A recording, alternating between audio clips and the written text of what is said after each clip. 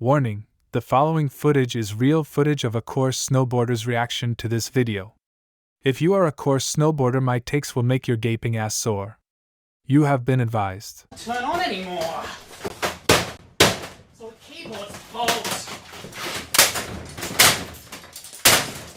What up, snowboarders? Y'all have been asking for it. People of the terrain park. And guess what? I'm finally doing it. I'm doing it. I may be a little bit late. Caleb's iPhone already made the video. Phenomenal video. Go check it out. I deleted everything that he already covered and he already talked about from my list. And I still have like 40 freaking people on my list. So I think it's fine if we cover different people. Also, one more disclaimer. I think everybody on this list deserves to be in the terrain park. I treat them all respectfully. I'm nice to all of them. I think you should be respectful and nice to all of them too, or not. I don't care too much. And the thoughts and opinions I will share in this video is my own internal monologue. I will not be saying anything to these people IRL that I say in this video unless it is something nice to say. But you know, I'm a person, I have my own internal judgments. I'm sure you do as well.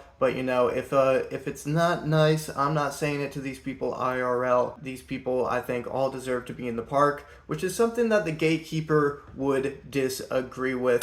The gatekeeper, I think they have an honorable goal. The goal of a gatekeeper is to preserve the coolness and coreness of snowboarding. The means of accomplishing this goal as a gatekeeper is by excluding others from snowboarding, which I don't think is that cool. I think there is better ways of preserving the coolness and coreness of snowboarding than excluding others. Some people call me a gatekeeper. That's fine.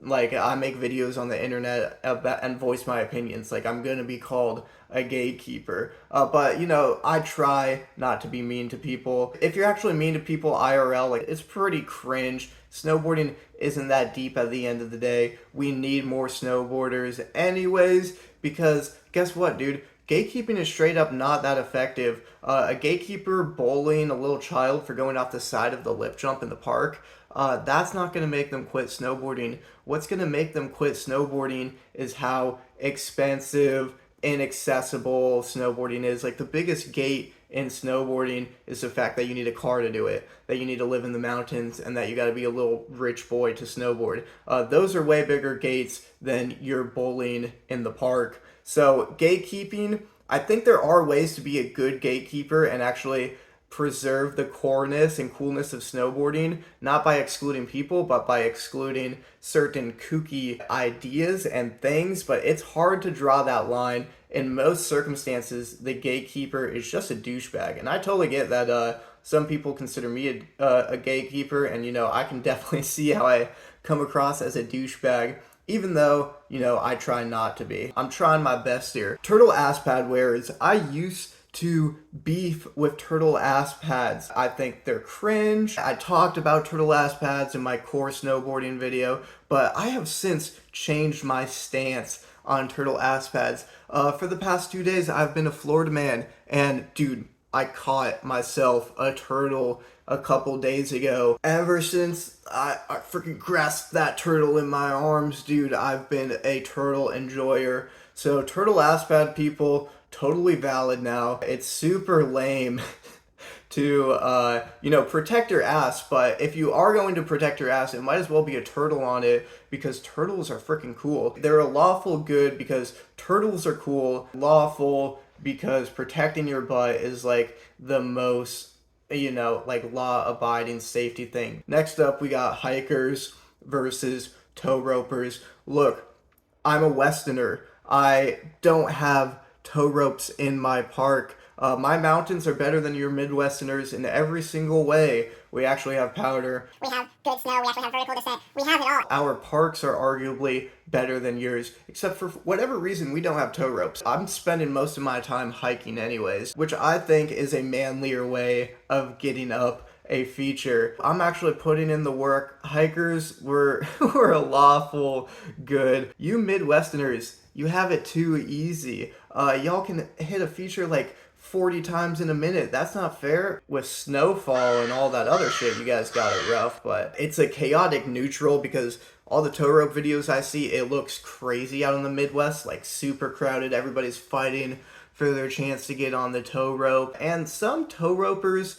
complain about their arms getting tired and hurting. As a hiker, you're telling me that you get to hit the feature more, you don't have to unstrap, you don't have to hike, and you get jacked arms. That's not a bad thing. That's a super win-win-win. Tow ropers belong in chaotic neutral, lower down, because, you know, I'm jealous. I want tow ropes out west. Next up, we have feature sitters. I've talked about side hit standers. A feature sitter is just worse than a side hit stander. This is somebody that is laying on a box, sitting on a rail. It's usually a child. I said in the last video that you're kind of a psychomaniac if you beef with children. You know, you're allowed to beef with children if they're sitting on the feature. Beef with them respectfully. Hit them with a, hey bud, I'm trying to hit that. Feature sitters piss me off for real. They're a neutral evil on the hill. Next up, we got the person that jumps off the side of the rail lip.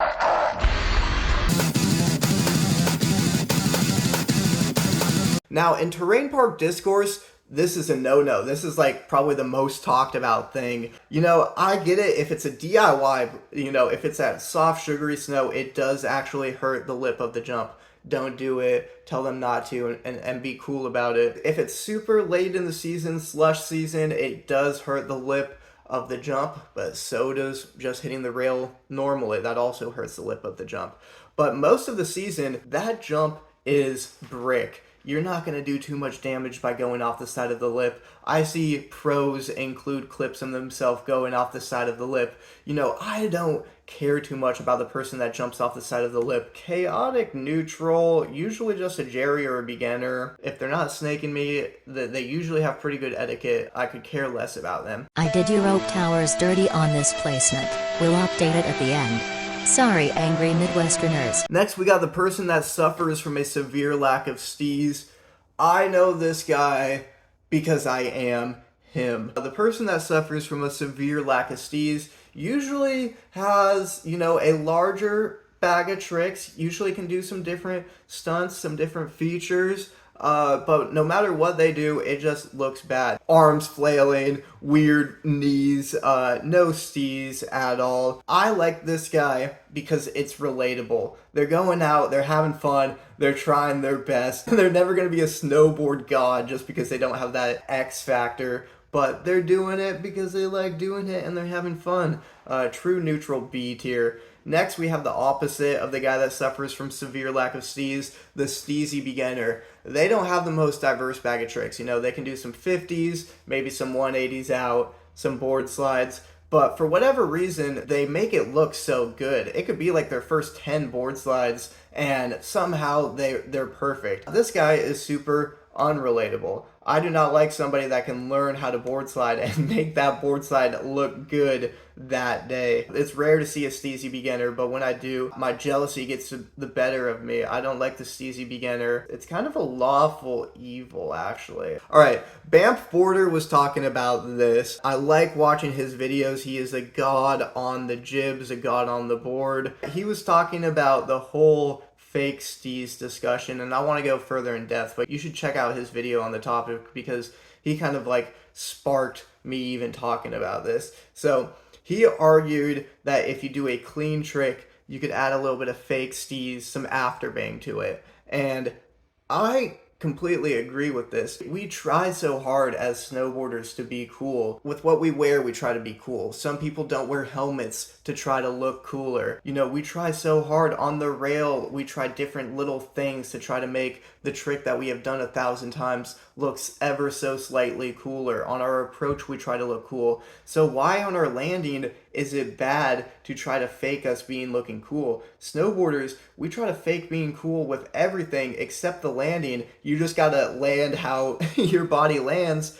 You know, that's kind of the standard. You don't want to be a Steeze faker. But I kind of see what Banff Border is saying. If you do the trick clean, if it looks cool, give it a little bit of oomph. Give it some The person that has some fake Steeze, if it's not too exaggerated, if they do the trick clean, you know, fuck it, dude. Give it some fake steez. You deserve to make that landing a little exaggerated. I gotta give it bordering on chaotic just because it is kind of faked and fabricated, but a neutral good, dude.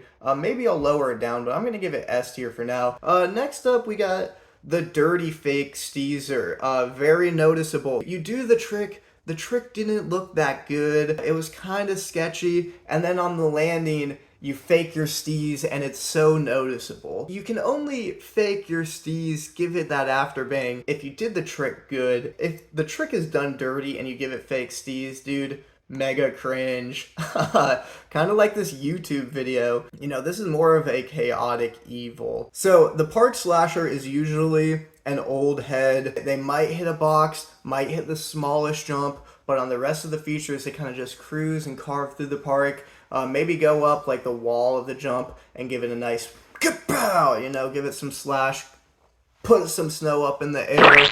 You know how it is. The most recent park slasher experience I had, I was hiking at Eldora, and this dude wasn't hiking, he was just lapping it. He was, I shit you not, old head, probably 50 years old. He was wearing an Amelia Earhart aviator. The Amelia Earhart hat went hard, and every time he entered that little Eldora hike park, he didn't wait for anybody. He just went straight through and jumped off. It was like a small feature, like a little pill, and he would just like jump off the side and like kind of just scrape the pill onto the left side. He had an attitude, a moxie to him, an aura that I respect. Park slasher is a chaotic good, in my opinion, because that Eldora man, in most circumstances, I would be mad at a snake, but Eldora man had the aura to pull it off. Next up, we have the snake. Unless you have enough aura to pull off snaking somebody, which you probably don't. You're probably not as cool as that park slasher old head. Then snaking is, you know, it's cringe. Don't do it. You're just going to piss people off. Chaotic evil is what I'm going to give the snake. Next up, we got two different types of snowboarders. You got the snowboarder that is good at jumps, pretty much only hits jumps, but is bad at jibs. And then you have the jibber that is bad at jumps. I think amongst snowboarders, it's better to be a jibber that is bad at jumps than a jumper that is bad at jibs. Obviously, it's best to be equal at both of these skills and be a well-rounded snowboarder, but I think if you talk to people in the park, they have more respect for the jibber that's bad at jumps. It's relatable, you know, not everybody has jumps, but everybody has rails pretty much. But amongst normal people, the jumper who is bad at jibs is way freaking cooler. Like, my dad, he's not super into snowboarding. I've showed my dad a video of me, like, hitting my first big jump when I was, like, for the first time when I was learning them. And he was like, holy shit, son, that's badass. You were high up in that air. He thought it was cool. Like, normal people think being high up in the air is cool. And then I'll show my dad a way harder clip of me doing like a kinked rail or something, and he's like, oh, what? You're just on a little balance beam. You should go high up in the air more, son. Amongst normal people, being high up in the air, it's fucking dope. Balancing on a little beam, you know, doesn't really resonate to people outside of snowboarding, but this is a tier list made by a snowboarder, dude, and I frick with the jibber who's bad at jumps more. This is kind of a more True neutral. And the jumper who's bad at jibs, like, learn how to hit some jibs, brother. We got a B tier as a jibber, C tier jumper. Next up, we got kids with coaches. Now, I'm sure there are bad and there are good kids with coaches, but my most recent experience with children with coaches, I was at the Copper Hike Park. There was like one good section of rails that everybody was hiking, and dude, first of all, these kids were doing front board 450 attempts. Like, I could easily push them over, you know, without a problem. Like, they were small children and they're front board 450, which is nutso, dude.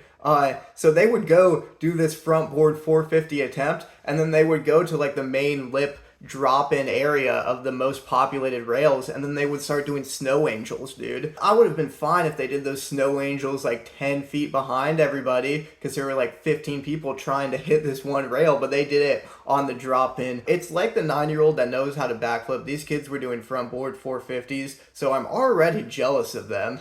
And they're doing snow angels, which is so annoying. Like, their coaches were right there. Their coaches could have just said, hey, fuck off behind everybody. But they weren't doing that. You know, I say it's not cool to have beef with kids, but maybe I've changed my mind. Don't do snow angels on the drop-in area of the most popular feature. Next up, we have coaches. I respect the grind and hustle of the coach. I don't think a lot of those coaches there are there because they want students to get better at snowboarding. Look, these kids, they were doing front board 450s. As a coach, you need to be able to do front board 450s to teach front board 450s. So they are just getting paid to watch after these kids all day and do front board 450s. Do I think a lot of you guys are doing it for the love of coaching and getting these kids to become the next future Olympians? No, you don't have to lie. You're doing it because you like doing front board 450s, which I think is honorable. Gonna give it a true neutral. Next up, we have the jokesters. You're at the top of the park, kind of like the hangout zone. Somebody enters the park, breaks the ice, they crack a joke, they make some people laugh. We all love a jokester. Who doesn't like laughter and smiling? Thank you to all the park jokesters. Thank you to everybody who has said a joke to me on the chairlift or in the park that has made me laugh. They don't take anything too seriously. I like me a jokester, neutral good. Next up, we have the controversial version of the jokester, the unfunny jokester. Jokes that just don't be hitting. You know, I'm guilty with this in my channel and IRL. I was at the Winter Park Hike Park. I proceed to tell a 2-minute story that is very boring about how I had a joke that didn't land with a random person. Anyways, unfunny jokester, chaotic, neutral. Next up, we have the ski instructor with army of kids. I really haven't had any like good or bad experiences with a ski instructor. The only time I'm mad at ski instructors is when they bring an army of kids into the park. I kind of get it though. If I was a ski instructor, I'm sure the most common request is like 15, 8-year-olds being like, take us to the park, take us to the park. And eventually you gotta give in. You gotta take them to the park. It just sucks when it's that 30-minute period of just a child bodied on every single feature and the ski instructor trying to wrangle them. I gotta give you a chaotic evil because, you know, no one likes when there's a child dead on every single feature. All right, next we have the sit skiers. I would never say this, but my buddy called them the lawn chairers because he says that it looks like they just be riding on a lawn chair. They usually hurt themselves in a skiing or snowboarding accident. They have so much love for skiing that they continue it paralyzed, which is like just straight up so inspiring. There should be a tier above S. Like, this is like an SS. Pretty chaotic in the fact that like you guys are addicted to adrenaline, but you know, that's probably not the worst thing to be addicted to. Sit skiers, they belong, you know, S triple plus. We got a video of a kid saying, get out of the way, skier fucks. Shout, skier fucks, get out of the fucking way! Get out the fucking way! 7! Ah! Just do a fucking 7 already! It's bad, dude. This represents a larger demographic, which is teens. Not every teen is as bad as a get out of the way skier fucks teen. Shout, skier fucks, get out of the fucking way! But I'm 22. I'm an old man. It's my obligation to beef with anyone younger than me. Just as teens, it's your obligation to beef with me. So because of that, to protect all my old man 22-year-olds and, you know, continue this ongoing beef with people younger than me, I gotta put teens in the chaotic evil. Next, we'll be doing stoners versus drinkers. Now, stoners are always less chaotic than drinkers. I mean, there are exceptions. If you're having beef with a stoner, it's probably because they fall into this teen category. If you're smoking and you're older than 20 years old, you're just a chill guy. Stoners, they're pretty anti-conflict. They just, you know, like getting high and going snowboarding. Pretty lawful for the most part. Sometimes you can get too high. My buddy that I go snowboarding with, he'll often forget to get on the chairlift because he's just too spaced out, which is kind of funny, you know. That makes him a stoner jokester. Stoners, great to have in your crew, good times, always happy people, lawful good. Drinkers. Now, there can be some really bad drinkers. The worst drinker is always going to be worse than the worst stoner, but I'm an optimist. I am seeing this with the glass full, and the best drinker is always more fun than the most fun stoner, dude, which is why I'm going to give drinkers chaotic good. Next up, we have the cool fit guy who sucks. I forgot to include this in my first take, but the cool fit guy who sucks is not a poser. A poser in snowboarding would be somebody that wears snowboarding stuff in public but does not snowboard, and this straight up just doesn't happen. Like, the most common example would be a person in the mall wearing a Thrasher hoodie and they don't skateboard. Like, the cool fit guy who sucks, at least they're trying to snowboard, at least they're trying to get better.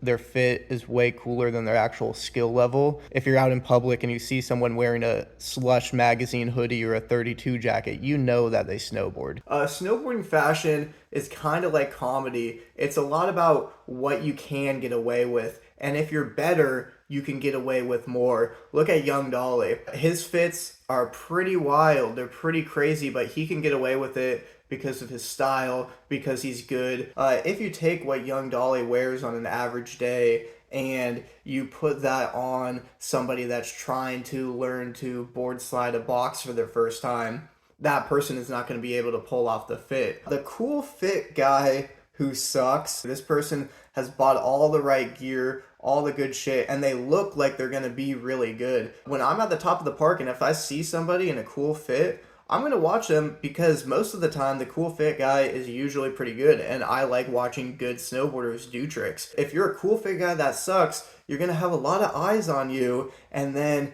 you're going to hop on a rail and, taco it or something. It's a bad look. It's not evil, it's just something that you got to be aware of. Unfortunately, if you look cool, people are going to expect you to be a good snowboarder. So I'm just trying to help y'all out.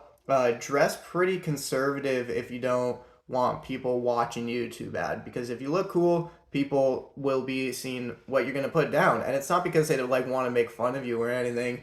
It's just because people like watching good tricks. If you look cool, we're expecting some good tricks. The reason I'm putting them in lawful is the cool fit guy has fallen to consumerism. He thinks he needs to buy a bunch of fancy shit in order to be valid. And there is nothing more lawful and status quo than being a victim of consumerism. The dollar store warrior, parentheses, looks fresh. This guy is usually pretty good, not quite at the skill level to be sponsored because then they wouldn't be wearing this dollar store ensemble, but somehow with all their thrifted gear, they're able to make it work, and they usually have a pretty hesh look to them. Maybe some things do look kind of wacky. They're able to pull it off for the most part. They're less concerned about looking cool, more concerned about just snowboarding often.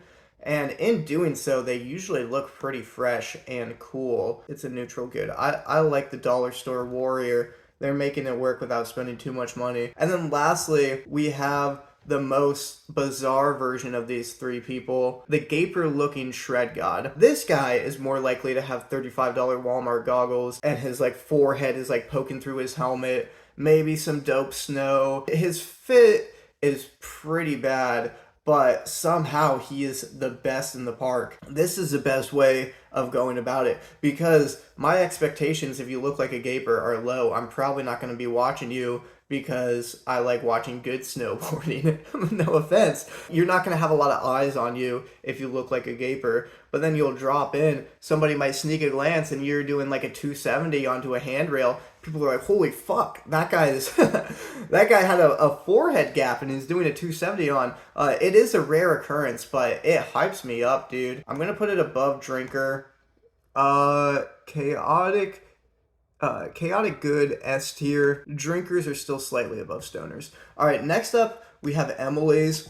Now, this isn't the Emily in the sense of haha, Emily, you're such a crackhead. This is an Emily in the sense that I actually used to ride with a girl named Emily. She just had balls of steel. Emily learned how to do a 50 on a box, and then she quickly learned how to do the little tubes that you could just ride on, and then she's like, okay, let's fucking go to Central Park. And I'm like, oh, I'm like, okay, let's go to Central Park. She goes to Central Park. First tube is like a down, flat down or something with like a solid like 1 foot or 2 foot like ollie onto it, urban on feature. She hits it with full confidence, gets bodied, tacos, slides down the whole rail. It's like, damn, dude. She gets up, tries it again on the next rail, and she got bodied on freaking every single jib. But guess what? She got really good at snowboarding really quick, and it's because Emily's can figure out how to push the boundary of snowboarding.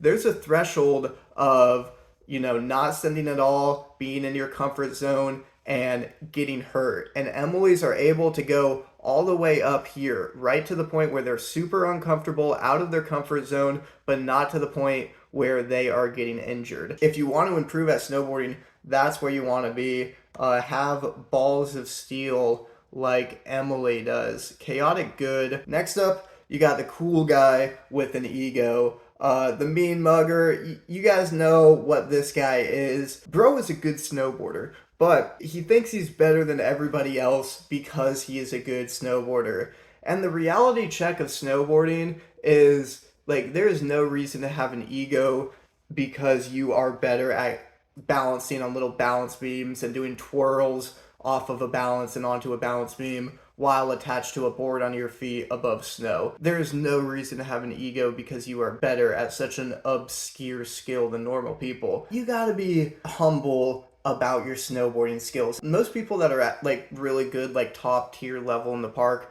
are actually really humble. The cool guy with an ego kind of is a rarity, but you come across it. The cool guy with an ego, lawful evil. Next up, we have the 3 different types of tipsters. The first is a warranted tipster. This is like when you go up to the cool guy who doesn't have an ego and you're like, hey man, can you teach me how to do this trick? And they're like, oh yeah, of course, dude, this is how you do it. This is a lawful good S tier. Next, we have the unsolicited tipster, parentheses, warranted. This one can be more controversial, but this is if a good snowboarder sees you try a trick and then gives you some unsolicited advice. For me, I'm a fan of this advice. I usually like it if they have good advice. This is kind of more chaotic, actually. Not super chaotic, probably like right there. If it's good advice and it helps me out, I don't care if it's unsolicited. I'm also more of an outgoing type. I know some people wouldn't like this, but I do like the unsolicited tipster if they have good advice. And then lastly, you have the unsolicited, unwarranted, horny tipster. And this tip is usually from a guy onto a girl, and it's unsolicited. They'll see like a girl struggling on a trick, and then they'll be like, you just gotta like put your shoulders into it. It's never really good advice. They're just coming at it because they're horny and they're trying to break the ice. And I made a whole video on Lodge Mamas, so like I have nothing against being horny. Like, you just gotta have better riz than this. There are better ways of approaching the ladies than being an unsolicited, unwarranted, horny tipster. I don't think it's evil though, especially if it's not too out of pocket. If you're like super duper horny, then it's definitely evil, but it's just kind of cringe for the most part. Next up, we have the pro.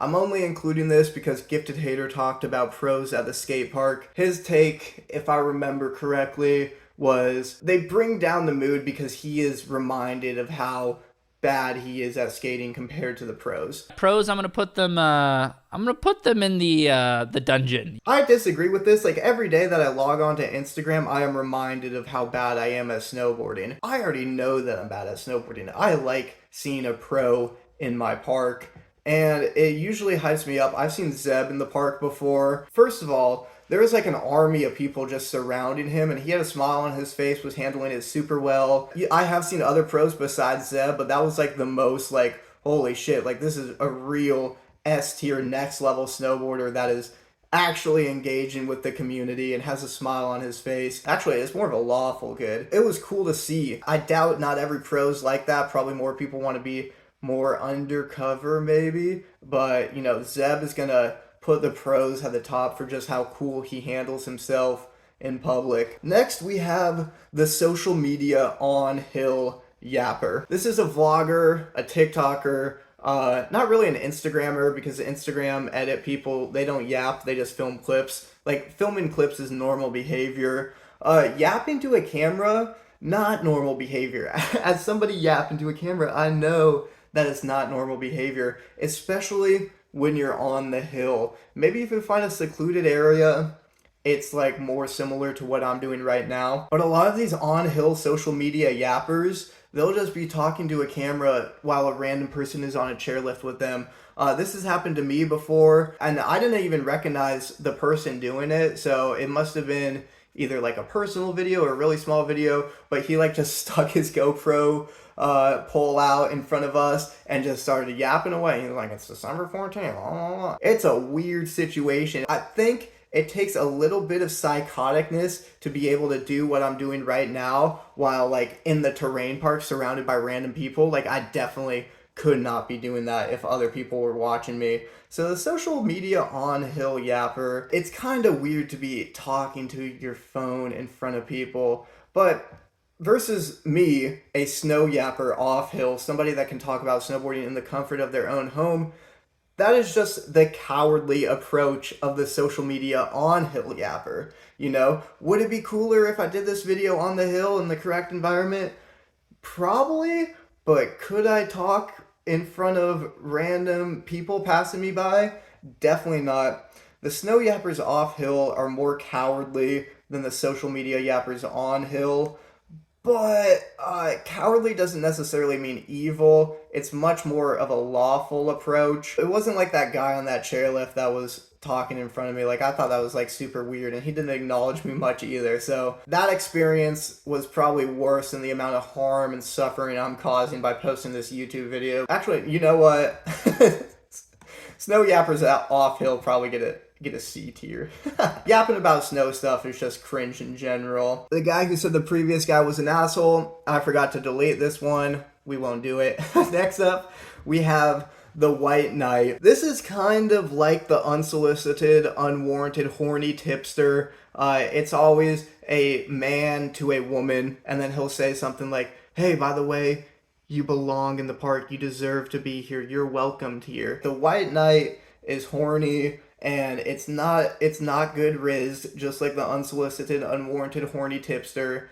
It usually doesn't come off in a good way. It's just pretty cringe. It's a lawful evil. Now, it's different if there is shit going down, like if somebody is bullying like a woman or just anybody, a kid, and like you have to step in and be like, hey, fuck off, like this person belongs in the park, then that's warranted. But if no beef is going down, there's no need for a White Knight. We got the guy that socializes more than snowboards. This is what you see more at a DIY park, maybe some hike parks. There's always just a bro or a chick that they just go for the vibes. They just go to hang out. I got no beef with them because, you know, they provide some alcohol. They yap a lot. It couldn't be me, though, because I like snowboarding more than socializing. True neutral, C tier. Next up, you got the PB&J supplier. Now, I was at Copper once, and I think it was some sort of church group. At the top of the park was just giving out PB&Js to people. It was legendary, S tier. Next up, we have the Butter Asians and Butter Asians who can jib. And,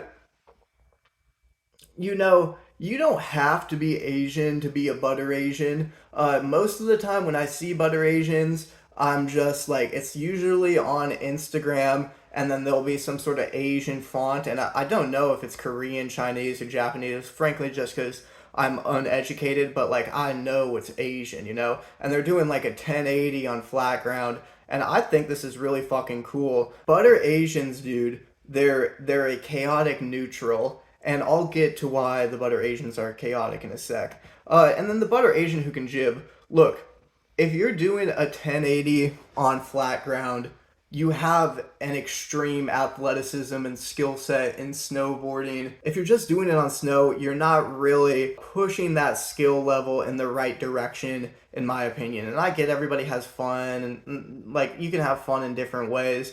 But if I was doing a 1080 on flat, and if I was a Butter Asian, I would try to transfer some of that skill set into the jibs. And most of the time, even on the internet, I don't see that too much. A Butter Asian who can jib, that can transfer this insane athletic skill set into some boxes and rails is really cool to see. And when I have seen it like on the gram. It's mind-boggling. It's just taking the butter Asian up to the next level. I also forgot to include this. Butter Asians are chaotic because if you're doing a 1080 on flat ground, you're like a helicopter propeller, like kind of like the bottom of a lawnmower, and you know that can probably decapitate a child or a small person, and like decapitation's chaotic in my opinion. The quitter. Now I'm not talking about somebody that got really good at snowboarding and then quit doing it competitively, or somebody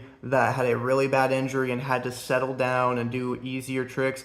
I'm talking about a beginner who set a goal, a pretty simple goal, like something like, I'm gonna learn how to board slide this year. You know, you give them the classic board slide tutorial, and then I always hit them with you're probably gonna slip out onto your ass. That's the most common mistake. My best advice for you is to get up and try again. Your body does not like falling onto its ass. And if you're forcing your body to do something where it falls onto its ass, it will eventually learn how to not fall onto the ass, because the body does not like falling onto the ass. So I think that's some of the best advice, and that advice is really just resilience and persistence. If you fall on your ass trying to do a board slide, get up and do it again immediately. Don't go on the chairlift and wait 20 minutes to try it again. Get up, unstrap, do it again immediately. That's the best advice. So the person, a quitter, hops on, falls on their ass. I'm like, come on, do it again, bro. They hop on, fall on their ass again, and they're like, ouch, my buns are bruised. I'm quitting. And this is just such a sad arc. The worst, most disappointing and lamest arc out of everyone in this list. The quitter is a lawful evil. One of my favorite things about snowboarding is setting a goal of a trick you want to do and then going through that process to actually landing the trick. That process right there is like one of my favorite things about snowboarding. It's so awesome to see that real-time improvement that I don't know how to do a trick. I'm starting from square zero, and by the end of the day, I landed a couple. That's like such a great feeling. And the quitter never really even got to accomplish that feeling. Lawful evil. Lastly, I'm in Florida. I'm gonna wrap this video off with the Florida man. I've only ever had one interaction with the Florida man, and the Florida man taught me a good message that applies very well to snowboarding. So I was hiking Snowy Range Park. This guy was entering the park every 20 minutes because he was lapping it. And the first time I saw him, he was going for a 50 backside 180. He, made it through most of the rail and then kind of just hucked himself backwards, landed on his ass and his back, and went back and slammed his head. It was pretty gnarly slam for a 50 back 180 attempt, and I was like, God damn, dude, it was a bad slam. He got up, went down to the chairlift. I still had not talked to him yet. Came back 20 minutes later, tries it again. He falls, not as gnarly as a fall, goes down, and then by the third lap around, he's finally like, hey dude, what's up? We start talking. This is how I found out that he was a Florida man. He was like, any tips? And I gave him like some basic back one tips, probably not that helpful. And then I'm like, but best tip, dude, I saw the, improvement you made from your first attempt to your second. I think you're gonna get it pretty soon. You should just try unstrapping, and if you don't land this trick, you should just go up and try it again. He's like, oh, sick. He does it, and he gets the back 180 in like 3 or 4 tries after that, after the hiking technique. And to most of you guys, I think this is kind of obvious info, like hiking is the best, but to like a Florida man, that guy said he went snowboarding like 3 times a year or something and was, pretty new into snowboarding, and he learned how to do a trick, and it was cool to see that, starting from ground zero to learning it pretty quickly just by hiking. So the Florida man is a message of resilience, that if you keep on trying, you will eventually get it. With alligator wrestling, Florida men never give up. With crime, Florida men never give up, and they always find a way. When you're in the terrain park, you should have a little bit of Florida man, in you. You should embrace your inner Florida man every time you snowboard, and I think you would improve at snowboarding pretty quickly if you live by the philosophy of the Florida man, which is a chaotic good, kind of like the Emily. And yeah, that concludes this video. I hope you guys have a great and happy new year. final list alert. Only change I made was moving tow ropers above the guy who jumps off the side of rail lip.